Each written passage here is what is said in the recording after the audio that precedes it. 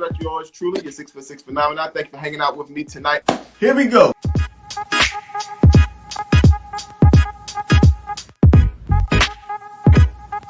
Which member of Migos did not have a verse on their song Bad and Bougie? No idea. Come on. I have no idea. I know the Migos had a song called Tasty. I mean, Stir Fry.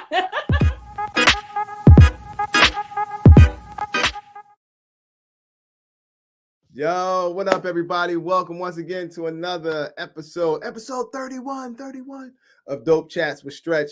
That is I, yours truly, Stretch, the 6'6" phenomenon. I'm feeling kind of good tonight, man, because I got on my boomerang shirt. You know what I'm saying? We got a little Marcus here. We got hold on, I gotta get, because doing the cameras the other way, you gotta do it. There we go. We got Jacqueline right there, and of course the incomparable Holly Berry right there.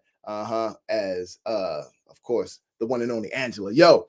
Today's a good day, feeling good, feeling great. I'm looking forward to tonight's show. I am so honored to have this young lady join me. I don't know about y'all, but I love music. Of course, that's what I do. I'm a radio personality. I just love music, and I love the artistry, and I love the expression that a lot of artists bring to the table. And this young lady does all of that and then some. All right. She has a brand new album out called The Ceremony. We're going to talk about that. She's been all over the world. She just been doing a lot of great things. And I'm looking forward to hearing her start, how she got started, where she's going, what she got planned next, all that good jazz. And another thing, I need to change that intro because that's when I had hair. And as you can see, I no longer have hair. By choice. I cut it off, but maybe I'll grow it back. It's getting cold in the DMV, so wintertime is coming. So with that being said, nonetheless, it's not enough about me. I want you all to put your hands together and show some love for the incomparable, the very talented. Let me get my sound effects ready because you know I got to be on top of my game. The one, the only YahZarah, everybody. Hands up.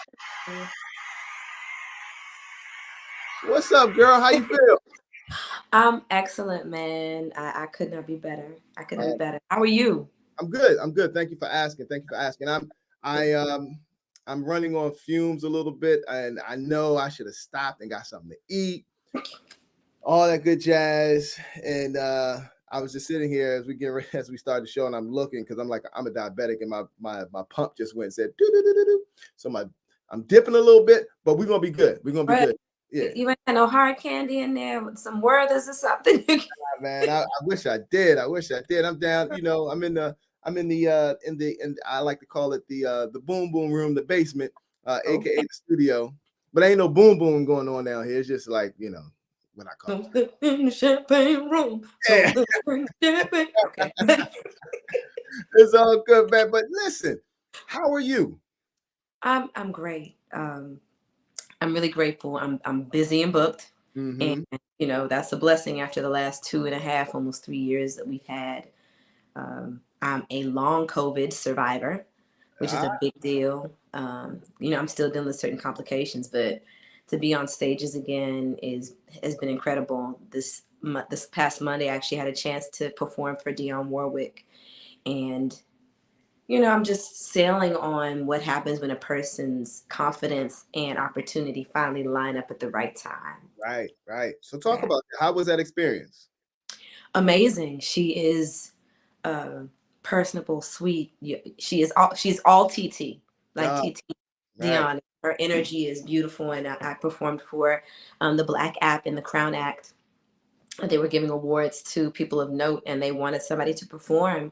And so I got off the plane from Miami from another performance, got home, packed my bag, and ran to go perform for her because, you know, when someone calls you to perform for Dionne Warwick, you go. So absolutely. I mean, she's met her music and got a chance to snap a selfie or two and to just let her know that her music, it was played around my house and inspired my purpose. So good stuff. That's what's up. So that kind of leads me to my next question. So, you know, as you being an artist and you know, a bona fide star yourself, who were some of your early influences? What drove you to want to pick up that microphone and just bless us with that voice of yours? I mean, you know, the music of the church first. You know, Clark Sisters, Richard Smallwood, DC's Own. I went to a really incredible church where I sung in the choir, and I was so tiny that the pastor used to have to pick me up so people could actually see me when I was singing. Because the voice I have right now is the voice I've been rolling with most of my life. And Wow. which is why I know it's not mine. Like like when you look at a superhero, I kind of feel like a Marvel superhero in that, I say Shazam, and then all of a sudden things happen. Or if anybody's been watching the She-Hulk series, I feel like I feel like I She-Hulk when it's time, and Right. then shoo, I get to just kind of be the energy, but not being that whole personality thing where people feel like they got to be something extra to be blessed. And with that understanding that it was never me, it's taken me a lot of places, and I'm super grateful for it. So the church was your first start into wanting to perform. And so talk about that. Like what who inspired you, I guess, to say, all right, guys, are you gonna get up on this stage and you're gonna sing for the Lord? Or was like, do you have musical and are your parents musically influenced as well? Or Well, I definitely come from a musical family. My grandmother was a concert pianist. My uncle, who passed away pretty young, was a pianist as well. My grandfather was a music teacher. My mother sang. My mom was a DJ at American University. And she actually interviewed Minnie Riperton before she passed away. Told me a story how she got a chance to hold Maya Rudolph, before her interview. And so music has been a part of my life, my whole life. My mom was almost Peaches. Herb tried to holler at my mom.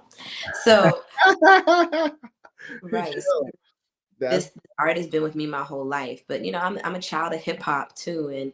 And, I fell in love with Tribe Called Quest when I was in the 7th grade, and I never looked back. And, brown, people. a brown sugar moment. When did you first fall in love with hip hop? Oh, when I first fell in love with hip hop, this is funny. I have a girlfriend of mine who I went to Keene Elementary School with, and her name was Aquan Lomax, and she knew all the verses to Das Effects. And so I heard Das Effects at first, and then I kind of got acquainted with, Leaders of the New School. But then something Tribe, though, because my father played so much jazz in my home, it just kind of stuck, and it talked to me. Them, De La Soul, also, listening to New Edition and listening to the quartet harmony that they used to do, Michael Jackson, Janet. You can't grow up in the early 90s and not be a child of New Jack Swing. I think we kind of got the best of what our parents listened to, which is why I know who a Dionne Warwick is, to reverence her. And then we have our own thing that we kind of amalgamized and became. I'm an amalgam of all the things that I love musically. And I will agree with you wholeheartedly. I think a lot of times when people are always like, well, what's the best era of music? So, our parents will always say for them, it may be the 60s or the 70s, or our grandparents will say, oh, we're all about the crooning from the 40s and the 50s. But man, that 90s, come on now. Well, I think the 90s kind of like a lot of musicians were taking all the things that they had grown up on and adding today's sounds. I was having a conversation with a producer and an artist I'm working with called Butterfly House.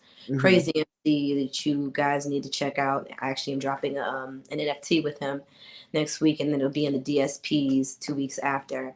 Called White Doves. But we were talking about how people love to act like Splice and some of these other sampling arts are not music.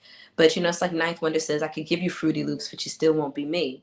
I could give you these things. I could give you a synthesizer, but you still might not make music. And I think about Herbie Hancock, who did this record called Sunlight, and all around him are all these keyboards, right?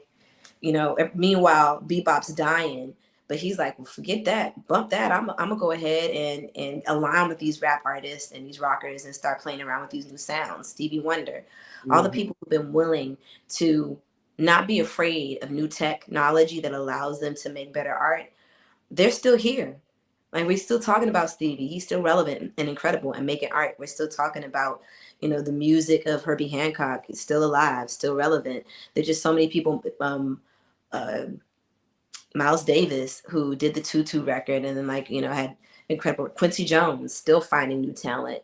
Absolutely. Like, to me, we are, our generation is kind of chopping up all those things and bringing it together. But like New Jack Swing was also the age of the dirty music and explicit nature, and it's kind of like trying to find our way through finding our voice, Mhm. emotionally and musically. So it had a big deal and a big effect on me. I was going through puberty, you Mhm. know. I don't even want to talk about what the Diary of a Mad Band was the soundtrack for me. So highly influential time for When me. you opened up the door, what was it the soundtrack for? Um, I'll say this.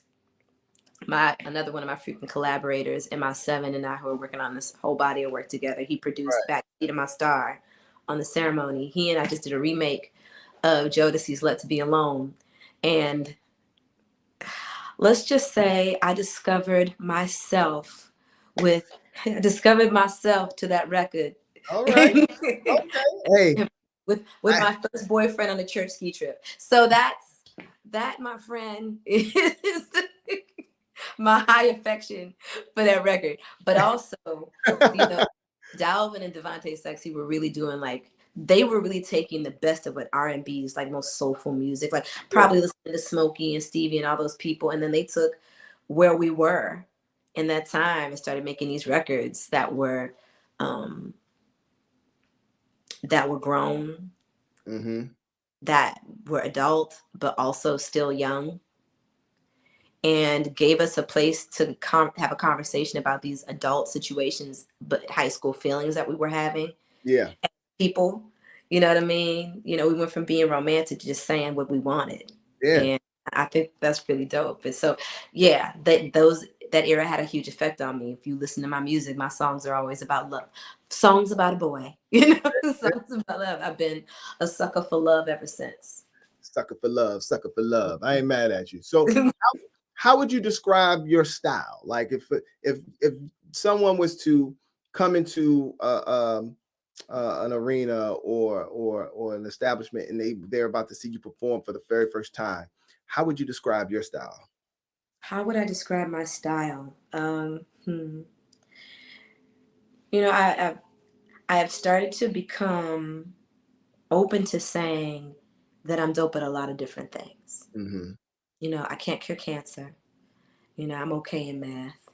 I love science, but I'm no scientist, but I will sing to you. And there are a lot of things that I love and I sing well. So if you come to a show, a YahZarah show, first thing you're going to experience is some really great singing, but you're also going to experience some showmanship. And I'm going to sing the music that I love. I love rock and roll. I'm a daughter of Blondie and Madonna and Tina Turner and Grace Jones just as much as I'm a daughter of Minnie Riperton and Slash Stone and James Brown. And there's going to be a lot of that in what you hear from me. And I've fallen in love with electronic music as well. So I Mm-hmm. just kind of do what I want to. If Michael Frank and Madonna and, you know, Tina Turner had a baby girl, I guess I'd be her. Hey, ain't nothing wrong with that. That's a good mix. That's a gumbo mix right there. Yeah, And yeah. you can add botanists to your resume too, because I see you got the plants behind you, and I'm kind of jealous because I have the worst green thumb ever when it comes to plants. I'm trying to add plants to the crib, and well, it don't work out. They really are amazing. They actually absorb the vibe for you. A lot of people Yeah, do not know. That's the reason they say talk to your plants, be kind to your plants. yeah, Because they're picking up the energy in your world, in your house, in your home for you. People who have plants are 10 times more likely to be calm and even. And I think yeah, a lot of my friends, including in my household, we started having more plants during the pandemic because, brother, the outside had to become inside for quite a few of us. yeah, You for know, sure, for sure. we picked up new hobbies. We fell in love with new things, and plants was one of mine. So Well, I'm gonna start talking to my plants a little bit more and showing them some love. So maybe then that way yeah, they'll stay alive a little bit longer. play some songs for them. Plants love music. Yeah, man, no doubt, no doubt. Well, there's always music playing up in the crib. So, but I will definitely take your advice on that. Now, going back to when you were talking about when you perform, I can go back several years ago. I remember I came and saw you perform at the Black Cat. Now, Oh yeah. yeah, now I walked in. I mean, I already knew because I'll get into how I kind of got into you in the sense of like how I found out about you. But I remember being back in DC and I was like, oh man, I'm gonna go check out YahZarah perform.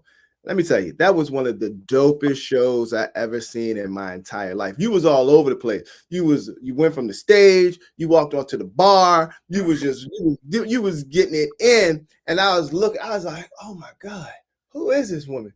And then at the end of the night, I was like, yo, I gotta marry YahZarah. But then, I said that in my mind, you know what I'm saying? I said in my mind, I ain't want to come to you, I didn't want to try to intrude on your situation. But if anyone has never seen you perform, I can attest that is one hell of a performer right there, because you give it your all when you're on that stage. Thank you.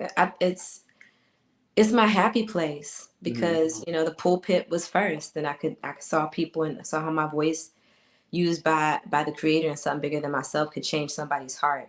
And I would sing these songs that would make me feel better.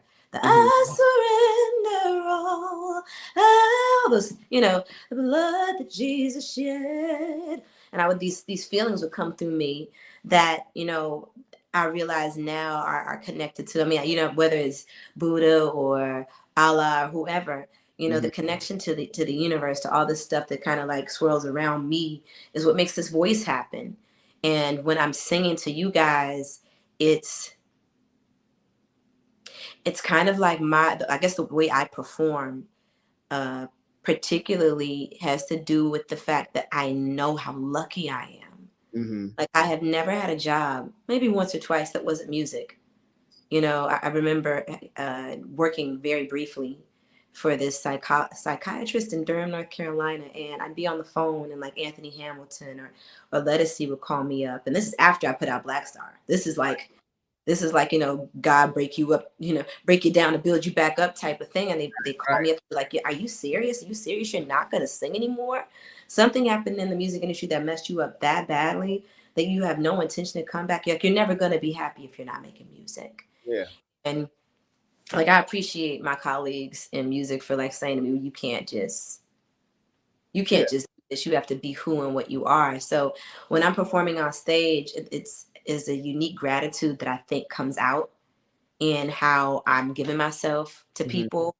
And then, my mentors in my head were people like Prince and Shaka Khan and Tina Turner and the Rolling Stones and the Beatles, and like people who really cared about giving very specific performance to people.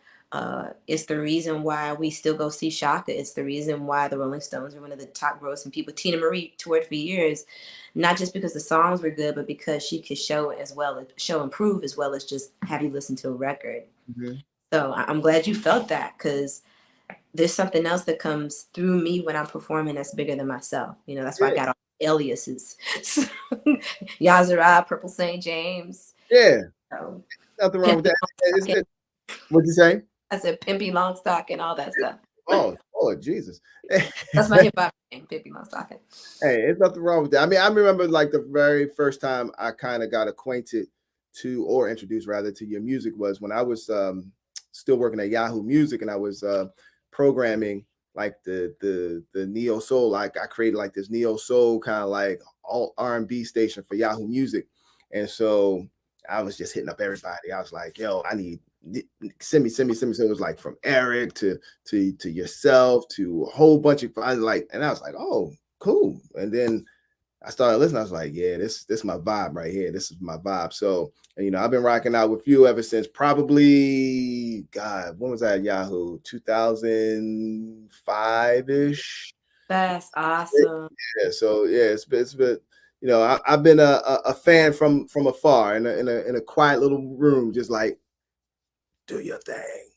I mean, the fact that you listening to the music, you streaming it, you playing it, that's, you doing more than that for me, and that's what I try to empower my fans and my musical family, as I call y'all my Starship cadets. We're on this trip to this place. I want to be lieutenant. Lieutenant. I want to be the lieutenant. You want to be the lieutenant? Well, you know what, you can be the lieutenant, brother. I mean, that's like, seriously, I feel, especially now when there's so much of music is so commodified. You got TikTok, you have Instagram, you have Twitter, you have all these spaces that kind of almost put artists in a position of being on the hamster wheel in order to stay alive. So much so that now many of my friends are saying they can't concentrate on making art.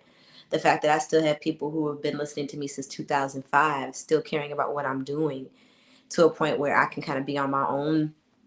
I can be in my own space with my own tribe and not really feel like I got to keep staying on the wheel Right. for everybody is huge.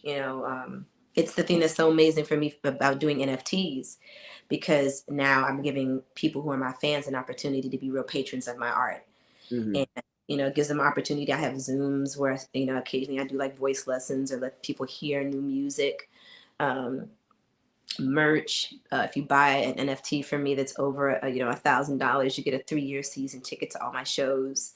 So these are things that I realized that there were people who really loved my art enough to stick with me hard and come to shows, and who even want to see me internationally. I did my first live CD while I was on tour with Madonna right before the pandemic.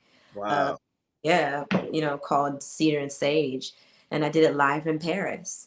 And we had a packed house full of the most amazing Black tastemakers in all of Paris, at the flagship store of my brother T. Michael Bergen, who is a fellow Ghanaian. And I was able to. The engineer just so happened to record my show, and he was so moved that he mixed it, he mastered it, and sent it to me, and would not take any money.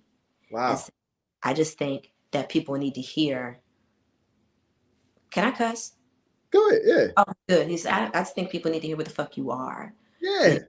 I go to places all the time and I hear artists, and I don't even enjoy my work, and I don't talk about what other artists are doing, but to hear from an engineer, like it wasn't work for me to do sound for your show. And I felt like people here in Paris, we loved what we heard here, and your folks back home need to hear what you just did tonight. Mm-hmm. Mm-hmm. And I was really blessed. I had Madonna's guitarist, Monty on guitar playing Purple Rain with me. I had members of incredible bands, Dee Dee Bridgewater's son on bass, just really incredible artists in Paris. I mean, my music took me across the sea, and people were singing my songs in Paris. And I still keep pinching myself that I've been living my wildest dreams since 2003. Yo, and it's so amazing in a sense that I think it's rewarding for an artist to have that experience such as that, because a lot of times I think, us as, I'll put myself in the category as an artist, even though I'm just a radio dude, but I'm an author. A lot of times we just pigeonhole and think that we're only absorbing, or people are only absorbing what we have here in the States. And you don't really think about the folks who are across the seas who are also vibing out to your stuff, and a lot of times show you more love than you get, here in the States. Yeah, but I actually think that only happens because people aren't exposed to us. Mm-hmm. And also, as things become even more homogenized, we start to notice that live music is meaning less and less, and it's costing more and more. So, for somebody to actually get to interface with an artist whose song they really love in a way that makes them connect so much that they want to stick with them and invest in them and follow them and see them succeed, you got to be able to see a live show. And when live shows are in the hundreds for people, it's crazy, but also it's about prioritizing, because people will pay, $350 to see an artist they'll never touch, but complain about paying $54 to see me. Right. That's most people, but there are some. Yeah. And then I explain it, but like, I can't stop being an independent if you're not consistent. Don't wait for somebody to tell you how dope I am. If you already know, support me. It is. Blast the damn thing. Stream me at night before you go into bed, and wake up with me in the morning along with your favorite artist. Hey now. And that's how you keep the music alive. And it's interesting you should say that, which is why I'm starting to do live stream performances. Mm-hmm. So tomorrow is going to be my very first, what we call token gated live stream performance. And so that's me being able to pollinate what I do with two sets of people. One, my folks who would just come and, like they do in DC and pile into Blues Alley and come to City Winery and see me. The people who sold out that show now, if they miss me and they want to see me, but I'm sitting in Paris, I can hook up anywhere in the world, like I'm doing with you right now, and do a live stream performance. And they can pay by credit card online, and then they keep that as an NFT. Even though they're not into NFTs, they can keep that as an NFT. And because I actually have value on the blockchain, they got that NFT of my live performance is now money. Mm. They can sell that, or they can keep it and listen to it all the time. Listen to me singing their rendition of that favorite song of theirs, the only way I sung it that night, for the rest of their lives. And they own it on the blockchain. They can share it with their friends. They can put it they can put it in a frame, and they can listen to me in the morning and hang out with me at night. Or they can even buy into a subscription and hear me online every other month, for thematic songs. I'll be doing not only my music, but the covers and the songs that I love. Like, there's a whole other revolution taking place for musicians now that's cutting out labels, that's cutting out all this TikTok shit and putting us in a position to reposition real artists and real artistry and connect them with the people like you who love us, opposed to wondering where we are. I wonder why I ain't heard from such and such anymore. Right. It's because we're looking at these platforms who kind of own us if we have to deal with them. But if I'm selling you an NFT or I have a performance that you can get online, now you know one thing. You know two things, actually. You got a piece of me you can keep. You can have a piece of my show. Hey, yeah. I'm sorry, you can have a piece of my show. Or, right.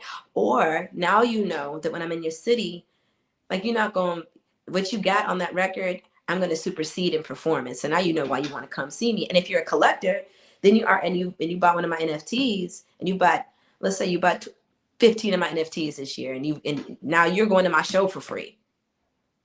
You're going to my shows wherever I am the promoter for my show. You get to go for free for 3 years. You and two of your friends. That doesn't happen when you download one song off of Apple Music or Spotify. That won't happen. You won't get the record first. The record I'm working on now with MI7. You won't get free access to that first. That happens through these new portals. And I have friends of mine who are funding whole records, doing videos. They don't have to ask labels for anything.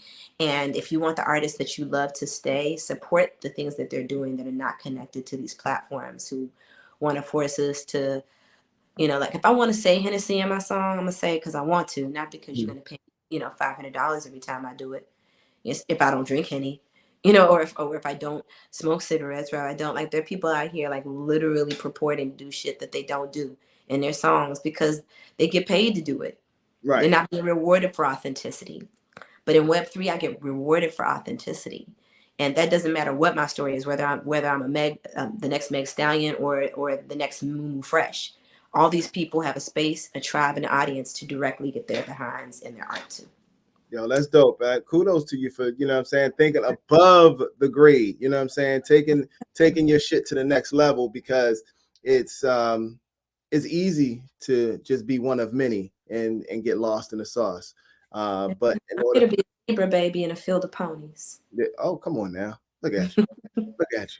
Now that leads me to my next question. So I want to know, do you think some artists rather get lost in the sauce of their own success and become something else rather than their true self, especially when it comes to dealing with, like, labels and things of that nature, and just following the recipe that the label wants them to do, rather than be like, doing what they feel or that's inside their heart as far as their artistry is concerned?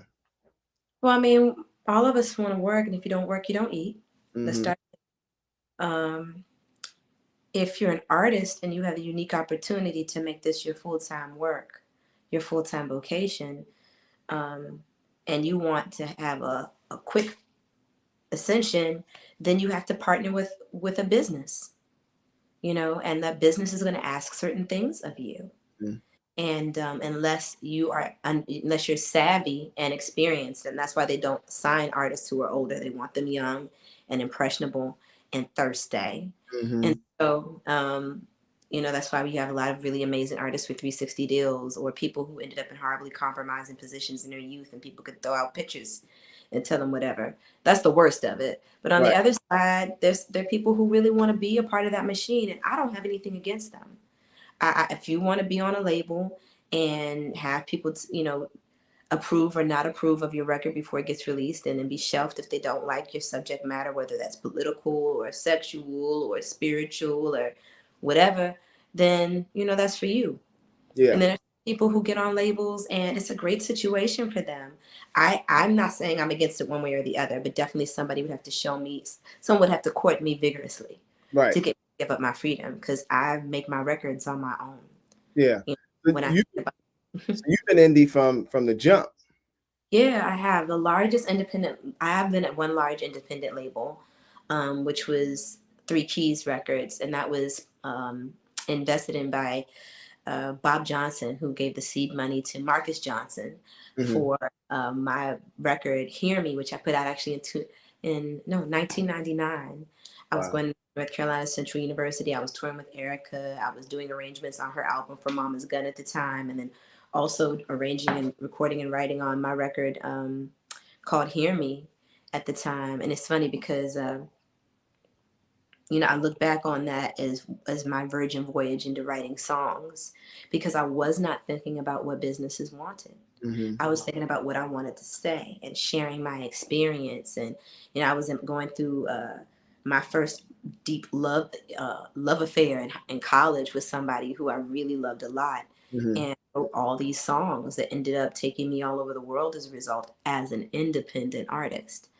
And Marcus Johnson got a hold of the record from the producer, and he was looking to get some funds to start his label. And so he shopped my record to Bob, and Bob loved my record and gave him $3 million to found Three Keys Records back in 2003. And so Wow. that's when I put out Wishing and the Black Star album. The Mm-hmm. Black Star was actually a repress and remix of Hear Me, which was my very first album. And that record is near to my heart. Like, I've got songs like Black Star on it, Nova, Urgency. Um, I wrote, what song am I thinking about right now? I wrote Rooftop in a dorm room at North Carolina Central while my roommate chain smoked Marlboros, and Fonte and I sat up in the middle of the night after classes, Fonte Coleman from Little Brother, and he wrote the second verse and then drove me to the studio because I didn't have a car to lay it down. That's the virgin voyage of music that I really loved.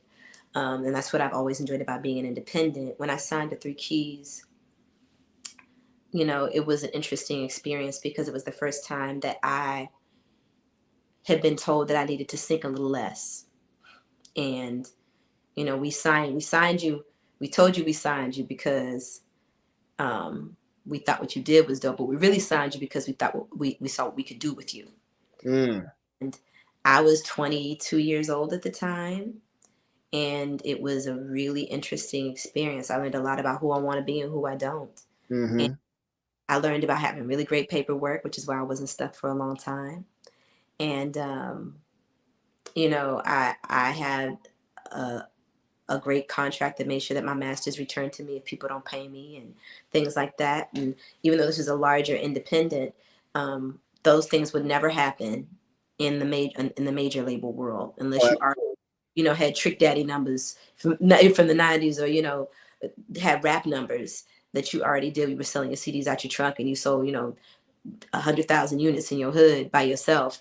That's the only way you're getting that type of deal. right. um but I still feel really amazing about it because I was going to college at the time when I made that first record. And I feel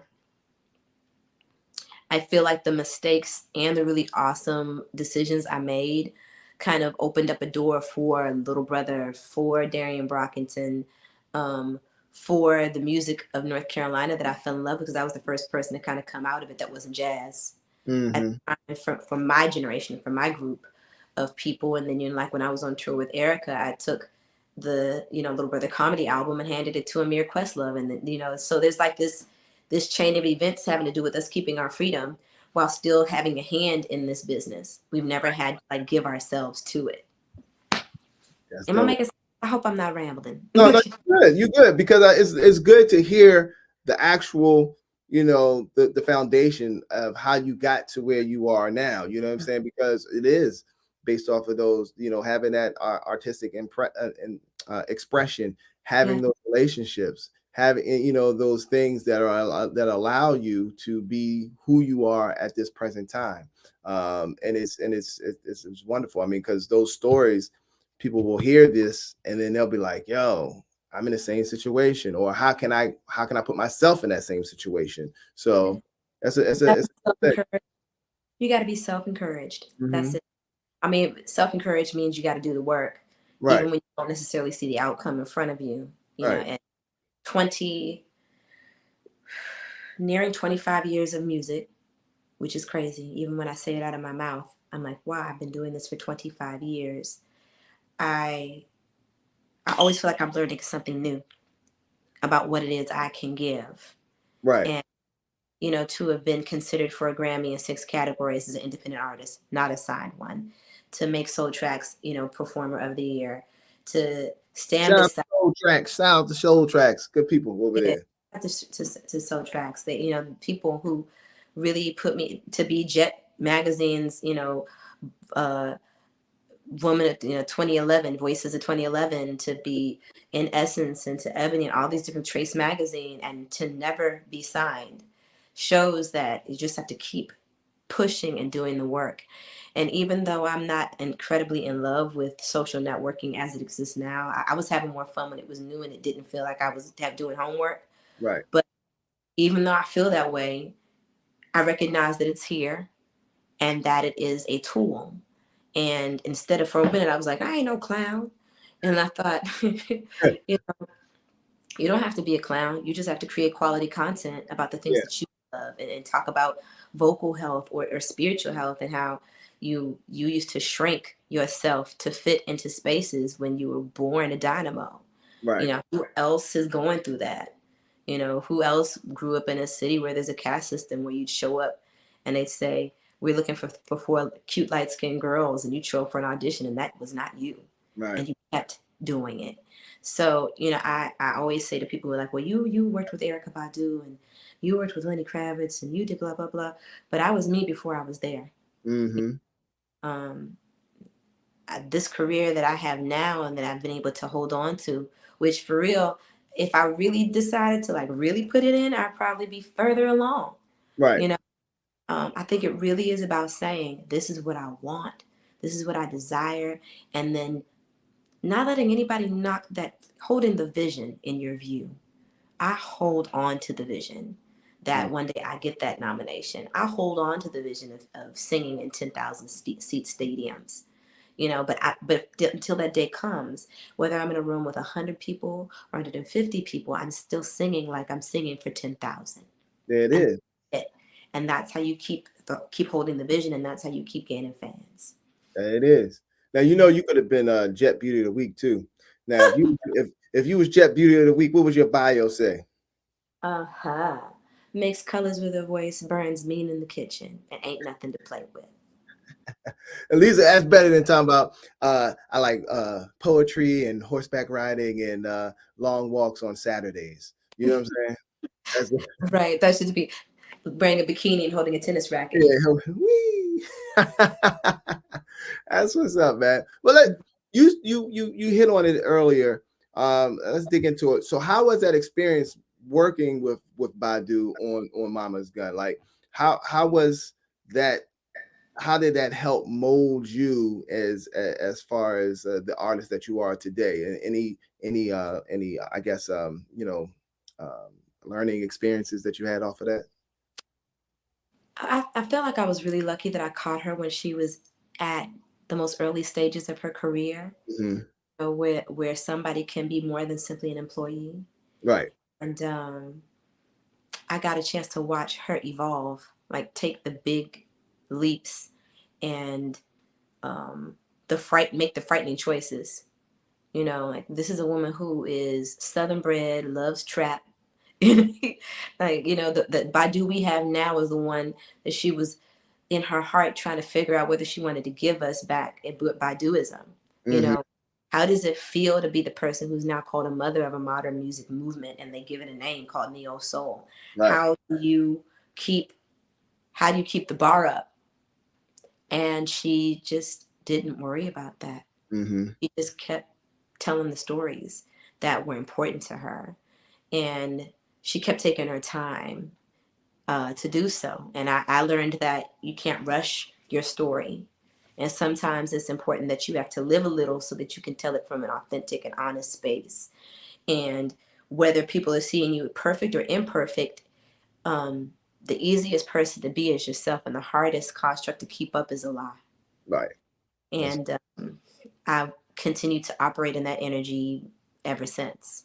It's the reason why I believe that every stage as a background singer, support, or a collaborator I've been in, I feel like I've leveled up because I've learned how to just simply bring myself there.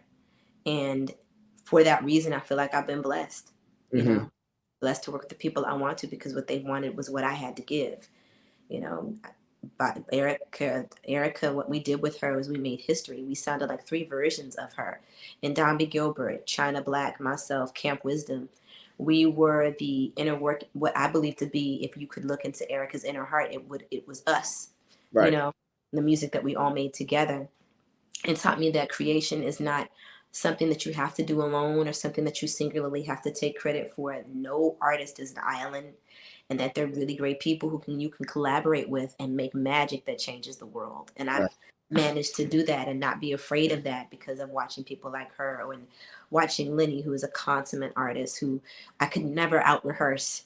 You know, who's the guy who gets up in the middle of the night and wants to go ride bikes in Paris to stay fit, you know, who when I got salmonella, shows up to my room and said, "I heard you're sick," with a plate full of croissant before the show Right. to make sure I'm well.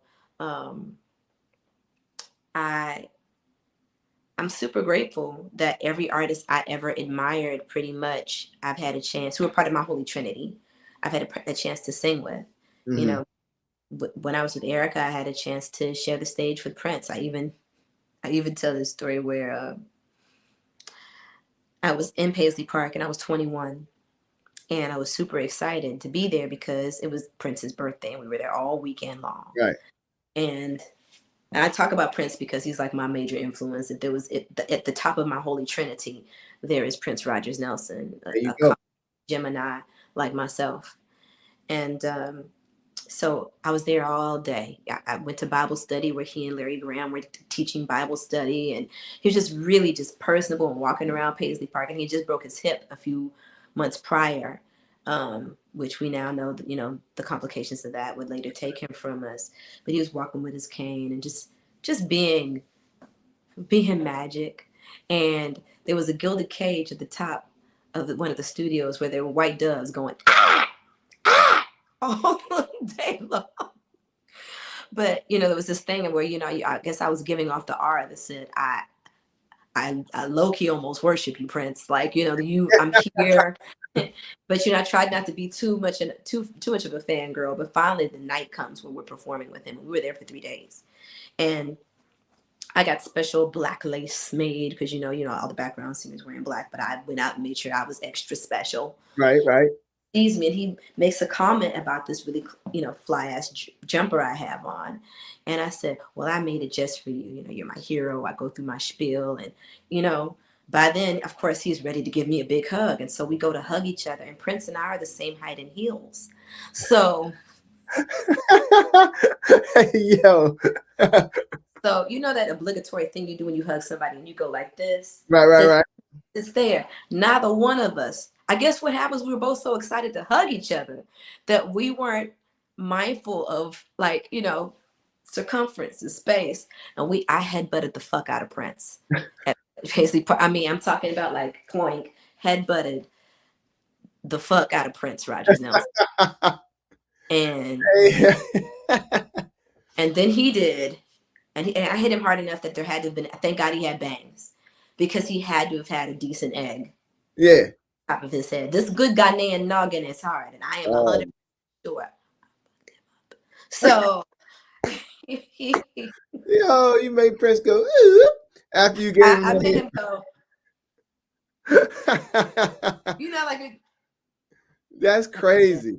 That's and crazy. then I went and cried, and cried. And the next day we were doing "Smile Today," which is a record that Erykah Badu did for the Red Stripe compilation. Mm-hmm. So I did a lot of the cadence work on there. So all of the backgrounds and harmonies you hear, I arranged that with Erykah in real time at Paisley Park with Domby Gilbert and China Black. And all the high notes, all the like G sharp flying float stuff that sounds like fairies, that's me singing all that high stuff on it.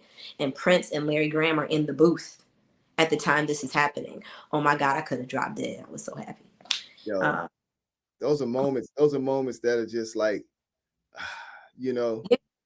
that will Yes, live with you and live with you for the rest of your life. life altering. And so I go to give him my CD, and he takes Ndombi's. And if you have not heard Ndombi's Little Lost Girls Blues, or tuning up and co-sign and go get that. Like I'm go get that. I'm gonna like that. My You already logo. know I love her too. Yeah. Yes. Mm. I'm not angry, I'm just tired of you going, you leaving, you coming, you stings. Yes, sirree. Wouldn't you agree? Love that song. Anyway, I can be a fan of all my friends. Uh, so he takes the CD, and I'm like, oh great, I can give him mine. So I go to give him the CD, and he's like, I don't take CDs. And I thought, I was mortified, by the way. So I thought Prince hated me. I mean, deeply. I was so hurt. I didn't know what to do. I was 21 years old. Like, I had romanticized this moment of meeting Prince since I was 5 years old, and I saw Purple Rain inappropriately for the first time. And this is what's happening. Oh God. Um, I later started tributing him at Blues Alley Hmm. some years later, and I actually ended up tributing him there for 8 years. Wow. And members of MPG would come and let us see, and people would tell me that he approved of me doing this tribute show, and he hated people remaking his music. He Right. hated it. And I was actually supposed to audition to sing background for him, but I got pregnant with my son Miles in 2010, and I couldn't. So I almost feel like it was actually best that it happened the way that it did. That he Yeah. to know me for my voice and my work, and not as the support. And I appreciate that. I think it's kind of hard sometimes when someone has had you as support to see you as anything less. Hmm. Sometimes, so I was really grateful that for 8 years, I never got a cease and desist. If you go on YouTube today, you'll find all the renditions of me singing his songs. Nobody ever tried to come after me. Prince sued a 2-year-old, but he didn't sue YahZarah. And I always say to myself, maybe he liked me. He liked me. It got back to me that he liked me. So I feel good about that. That's And dope. later on, Kat Dyson, who played in MPG, would play like on 3 records for the ceremony. So, that means everything. That means a whole bunch to me. And she was actually going to give him Beautiful Ashes before he passed away. It would have been lovely to have had him on that record. I feel like he would have killed a guitar solo Oh and yeah. oh, beautiful ashes, the beautiful. I could totally have heard him belting over that record. But these songs and this me wouldn't exist without him being a part of that. That's So, those are the things I learned, and the artists I've fallen in love with. And, even touring with Madonna, um, which was an interesting experience that one day when I write my book, I'll talk about. I learned that it's super important to never forget who you are, no matter what environment you find yourself in, hmm to remember your magic, to remember your humanity, and to stay grounded in that, Right. But most of my career, I've always ended up in support of or collaborating with some really beautiful human beings like Elvis Costello, Stephen Van Zandt, who wrote all those songs for Bruce Springsteen. Hmm. And being a child of the church, but who also grew up on rock and roll, it was wonderful to be able to finally be on stage with these people whose music I love too, and who love our music, who loved our music, and became part of an art form that is ours. Right. And I was with them, we're sharing the music of old Black people, old Black artists that I love, that my mother played for me and that her mom played for her. And to be around people who, are sons and daughters of Black classical music, which I call rock and roll, and to have them like put me up like this, Hmm. Hmm. and allow me to be myself, and to sing duets with them, and support my work. Like Lenny Kravitz, I sung duets with this man. Sometimes we were on stage and it was just he and I for songs in the band, and he did not have to do that. Hmm. He did not have to do that. Um, you know, I was one of the artists that he, you know, everybody else kind of worked with the stylist. The stylist would say, she doesn't really need me, you know. And Lenny said he wants everybody to kind of look like you on stage. So that's dope. So it validated all this stuff that at some point in my life, I had been, you know, told from the business of music, people weren't looking for. But Right. then I was one of the pioneers of that shit. And they were like, oh, this is what the stars are made of. You that, go do that. Go be that. In fact, go be that beside me. Go be that beside me. And so that's why it was so important for me to finally just drop the ceremony, have faith in myself, believe in my own gift, and give you guys a record again after 10 years. So let's talk about the ceremony. What prompted you? What prompted you to write this album and to put it out at this present time? Adult puberty.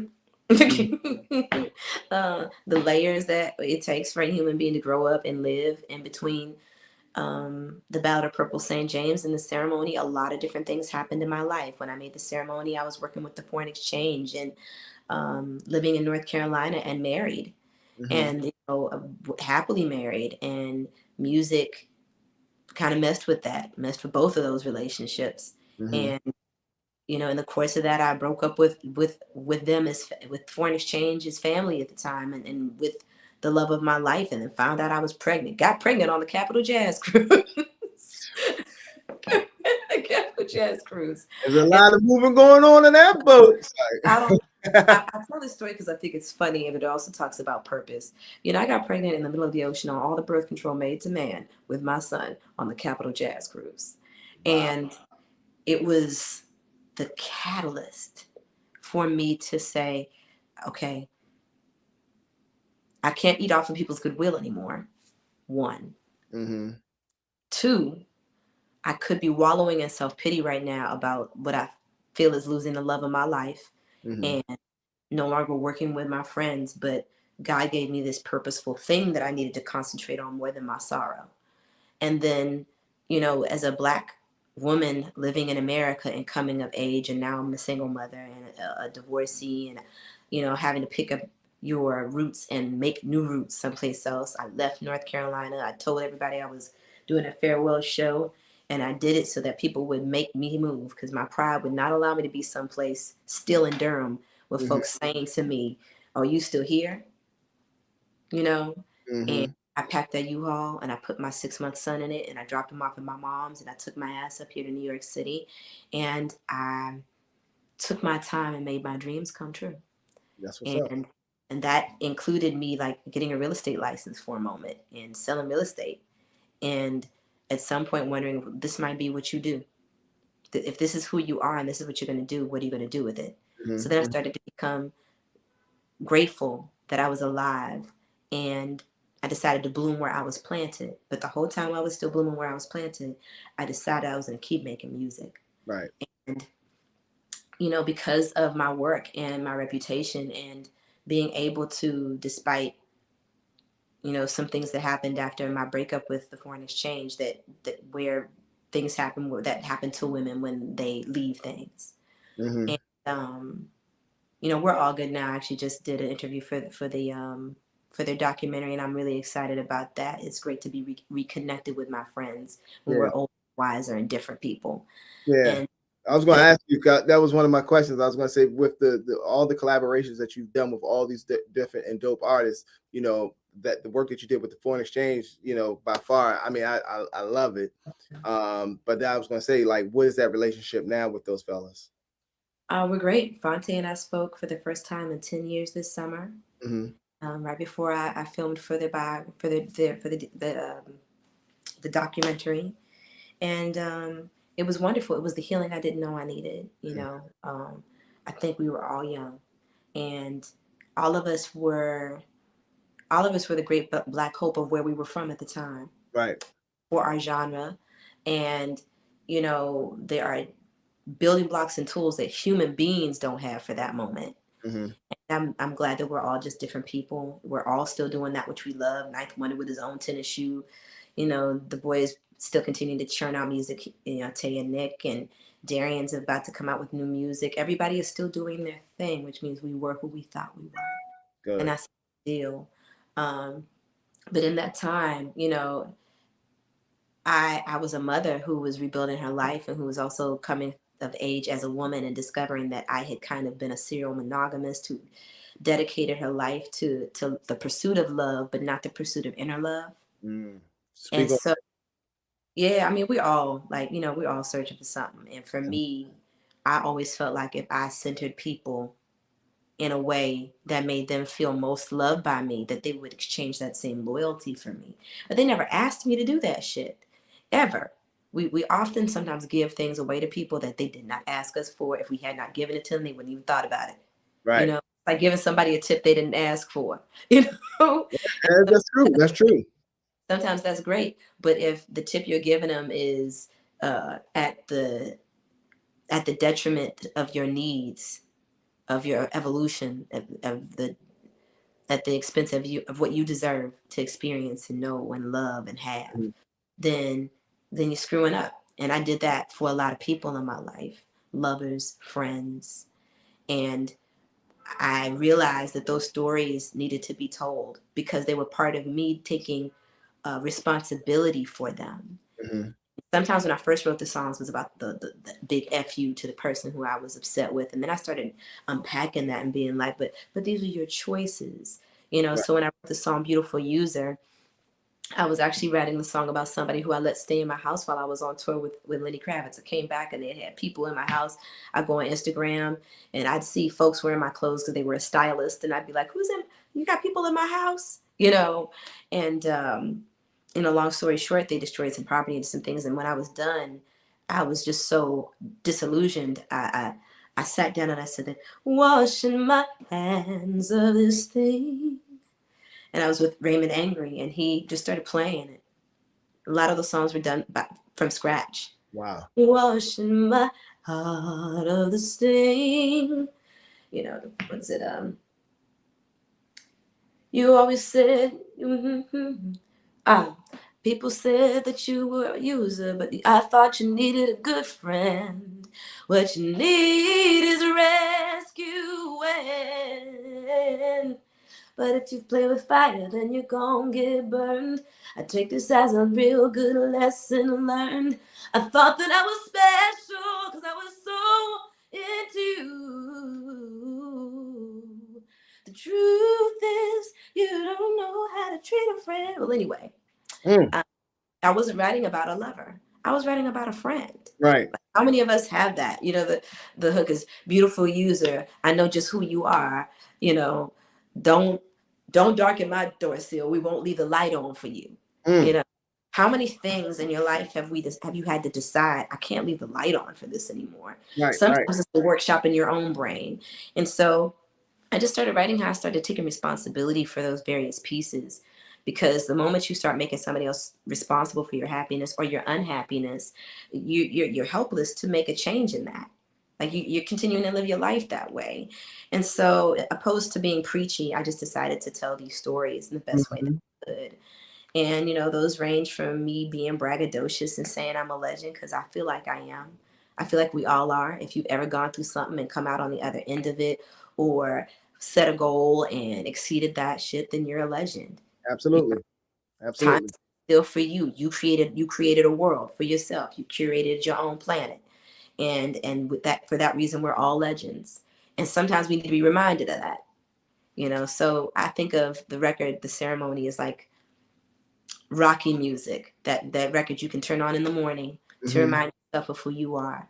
And then there's a record for you to cry to and say somebody ain't shit to, and then there's one for you to take responsibility for yourself for. And so I dropped it during the pandemic with very little fanfare, for people who I felt like needed songs like Beautiful Ashes, talking about those stories of falling low but getting up strong. And so The Ceremony is my story. It's my story in 11 songs, about how I keep coming, and I'm gonna keep coming and won't stop. And won't stop. Can't stop. Won't stop. You know, Nah, man, can't nah. stop. Won't stop. But and that's the I couldn't think of a better place to end this, because that is what exactly you've given, because The Ceremony is a dope album, very Thank you. very dope album. And those experiences that you had to go through was able to you know, uh, make this album, which I think everybody needs to listen to first and foremost, and be able to vibe out to it, because like you said, it's a little bit of everything on there for everybody, and somebody's going to take something away from the album. Mm-hmm. So with that being said, that deserves a round of applause. So congratulations on that. And I want to thank you again for taking time out to do this. And I know you're a busy lady. And when can folks get a chance to see you? Like, when will you be hitting the road? And more importantly, when are you coming back to DC? Well, I'm actually working on some DC shows for 2023. So you'll see me then.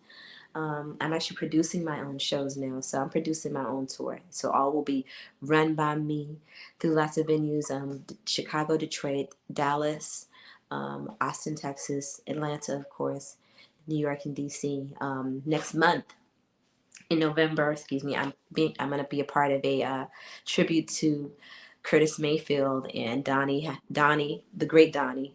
Right. Cloud Donnie and I are going to be doing a duet. I'll be singing The Makings of You with the Black Rock Orchestra and a full string orchestra in Harlem. And if you're on Instagram, you can just go to my bio, click on my link tree, and it'll show you everything that I'm doing. I'm about to actually do a live stream performance tomorrow, and there's a link to that as well, so you can see me. I'll be live streaming for the first time, and you can get you can subscribe to see my performances via the internet, and that'll also help you know when I'm performing next and when I'm dropping new music. So there's big things afoot for me. And I will definitely be on that live stream checking you out tomorrow night. Thank you. I'm also tributing a Prince again, February 15th at Joe's Pub in New York City. Okay. So yeah, come see me. That's what's up. That's what's up. And when you come back to the area, you need a host. You already know who they are. Bruh, say less. I'm your guy. I'm your guy. You know what I'm saying? But hey, YahZarah, thank you so much for taking time out. Much continued success to you. I love your stories. I love who you are as a person. I love who you are as an artist. But more importantly, I just love you because you are super dope. And I thank you again for being on Dope Chats with me, Stretch. It's my pleasure, Stretch. Thank you so much for inviting me. I'm so glad we were able to make this happen. No doubt. Everybody, make sure y'all pick up the ceremony. It is available everywhere. Yep. And Apple, Spotify, Amazon Music. Go pick me up and get my live project on Bandcamp. There it is. And also, shout out the NFT one more time, too. Oh, definitely. November 2nd, I'm dropping a very special NFT with a collaborator called Butterfly House. He's also battling stage 4 cancer right now. And it's crazy because he's one of those people we wanted. He's a social worker. He's a teacher. He's an MC. He's a multi-instrumentalist. And he's beautiful. Ladies, he's fine and he's single. So, check him out on Instagram. But also, please support our NFT on SoundXYZ. I'm doing a full collection of 25 NFTs for 24 hours, which after those NFTs are gone, there'll be another 100 that'll be released, but those 25 are very special and have very specific significance, and the next 100 will be after that.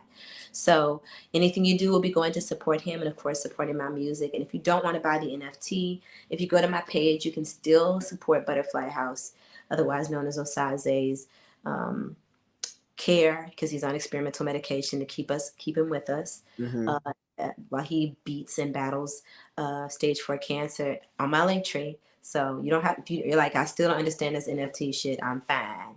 I'm fine, boo. Come see my live stream performance. You can pay by credit card. That's tomorrow at 8:00 or November 2nd, support my next musical drop. And then next month, all these 2 songs, this song, but White Doves, as well as Let's Be Alone, the remake, are going to hit DSPs. So you'll be able to download it onto a smartphone near you. There it is, y'all. Y'all heard it. My girl YahZarah doing big things out here in these here streets. And thank you once again, baby girl, for taking time out of your busy schedule to sit and chat with me tonight. My pleasure. No doubt. All right, that's what's up. That's my girl YahZarah right there, everybody. Holding it down. Make sure you pick up the ceremony like she said, is available everywhere. And once again, it's been a dope night with us in here with Dope Chats with Stretch. We'll be back again next Wednesday, 8 o'clock, for another episode of Dope Chats with Stretch. Until then, y'all be one, y'all be peace, y'all be love.